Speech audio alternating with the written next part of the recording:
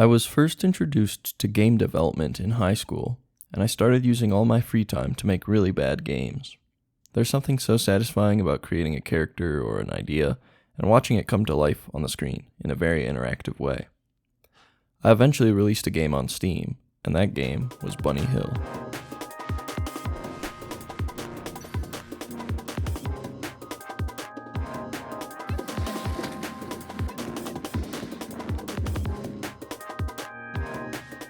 This isn't meant to be a post-mortem because I'm still working on Bunny Hill, and at the end of the video there's a little bit more information about that.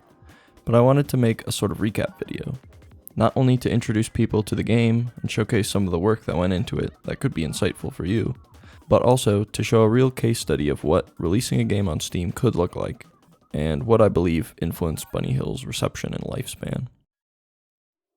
I've worked on the game loosely over the past 4 years, and the game's reception has been way beyond my expectations. Overall, I'm very happy with how the game did, and I'm glad people can enjoy it and play it with their friends. In 2020, I left college to return home because of a notable world event, and decided that I would make a serious attempt at developing a game, something that I had only really toyed around with previously. I had been at school for game art, so I had a bit of experience modeling and concepting game ideas, but never really put any of them into motion. I had the idea for Bunny Hill in a writing class for a small assignment, and I decided it was realistic to take it further. I still didn't really know what I was doing, so the game needed to be simple and polished, and my end goal was to release the game on Steam. Here's a rough timeline of the development. I worked on the game for about 7 months before I released it on Steam. This kind of put me at a minimum viable product state where it had enough features and enough playability that I felt comfortable releasing it on Steam. It was the first big project I'd ever made, so I wanted it to feel polished and whole. Over those 7 months, I estimated that I worked about 20 to 30 hours a week. There were some times when I would not work on it at all, sometimes where I would work in excess, doing 10 or 12-hour days. I tried to always make time for it, even if I had something else going on. I ended up releasing the game on October 23rd, 2020. The game initially had a fair amount of reception, but I really didn't do that much marketing. I'd been working with the musical artist Guppy to make all of the music. This really helped boost awareness for the game. I'll talk about the marketing in a later section of this video. I'll try to give a good overview of what I thought was successful and what wasn't. After the release, I pushed small bug fixes and took some time off from working on the game. And then eventually, I spent about a month to 2 months on a new map called The Moat. I released the Moat update on January 28th, 2021, and I set the game down for a while. I decided that the game really just lacked content. A lot of the reviews kept saying, "This is a fun game, but it's super small." So I wanted to change that. Update version 1.1 was a big push for the game, and it ended up taking me from January 28th, 2021 to March 16th, 2022, working very on and off. I ended up making 2 more maps, the Lush Jungle and the Lava Pass, as well as including a time trial mode so people could race on the same generated map repeatedly to get a good speedrun time. I added a few achievements, and I made a few of the characters who are already in the game unlockable as well. A lot of people seemed to like the game, but they weren't playing it for very long, so I tried to include more single-player content, being the time trials, unlockable characters, things that you could do on your own while you didn't have friends to play with. At this time, it still only supports local multiplayer. This was my first game, and online multiplayer is a big challenge to tackle, so I ended up just opting for local. Growing up, I enjoyed a lot of local multiplayer games for the GameCube, and with many games not supporting it, I thought it fitting to try to make one myself. After college, I got a full-time job doing game development as a programmer. I had always been self-taught when it came to programming, so at my job I focused on learning core concepts and new things that I could apply to my own games as well.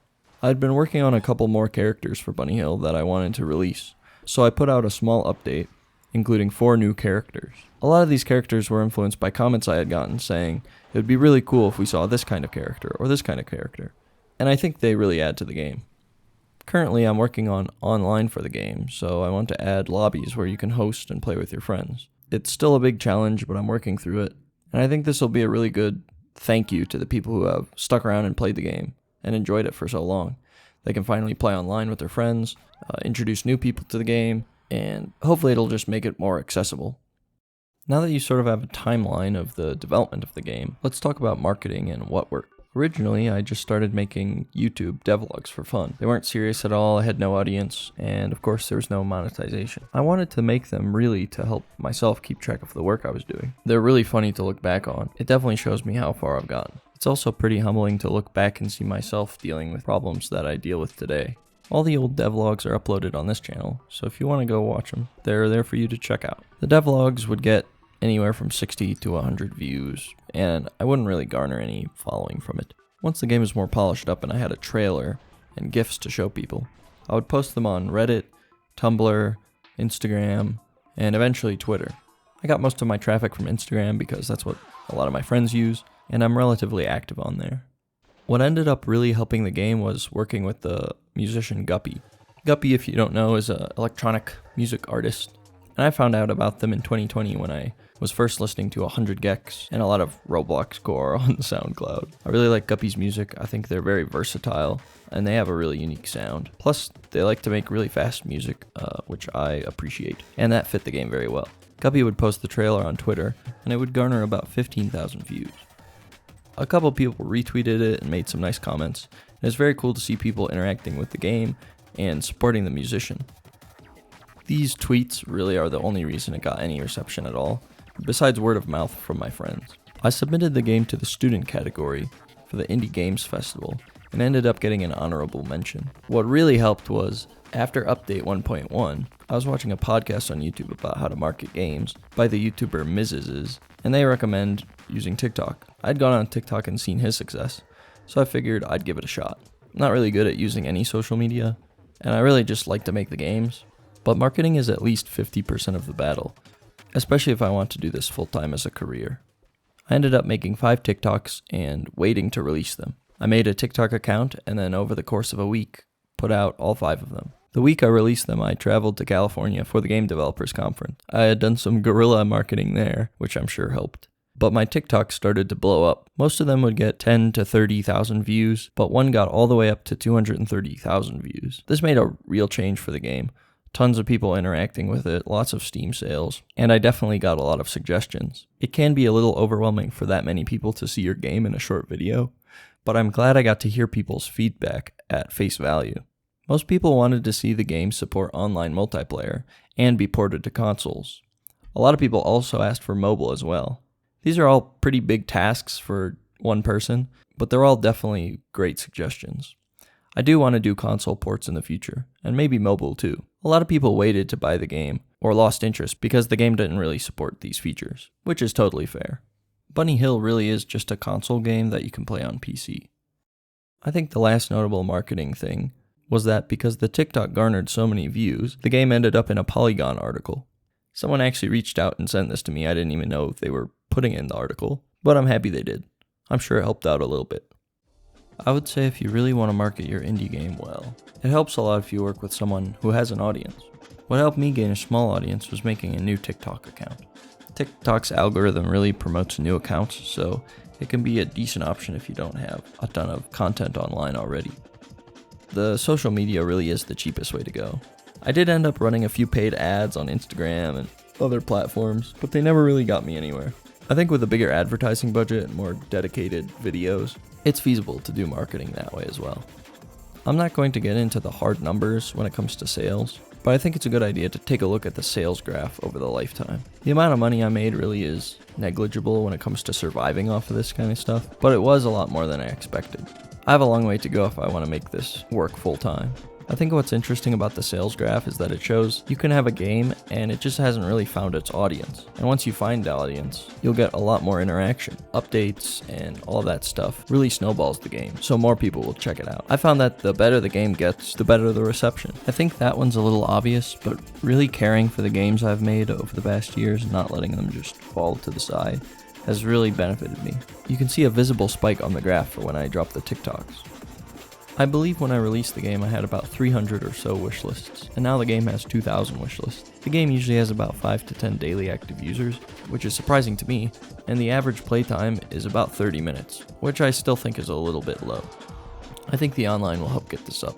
The players won't be able to end on a loss, or a win, so they'll have to play my game forever. The game currently has 61 reviews on Steam and is in the very positive category, which I'm very grateful for.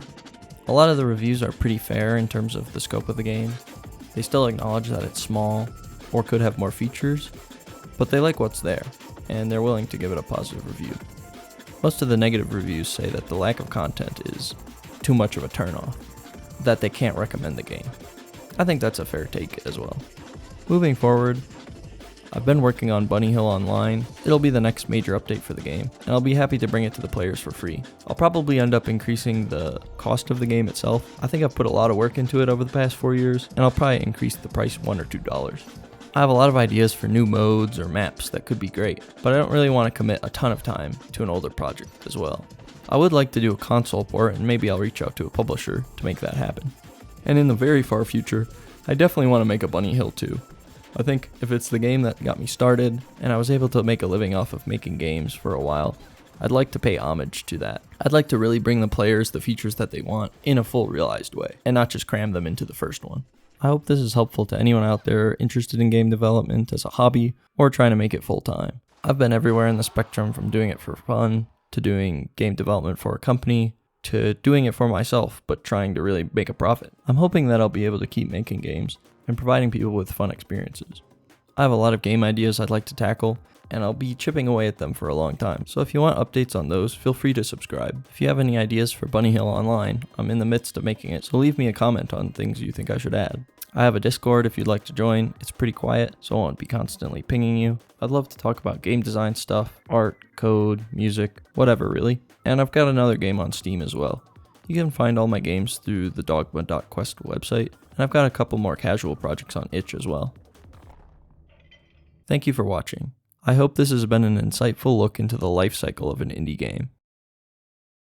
Hello and welcome to this year's new Nature Valley Crunchy Maple Brown Sugar Granola Bar review. I'm delighted to have you with us to enjoy in the sweet savory experience that is Nature Valley Crunchy Maple Brown Sugar Granola Bar. Please feel free to drop a like or a comment and subscribe for next week's granola bar variation or other sweet tasty treat. Alright, get out of here.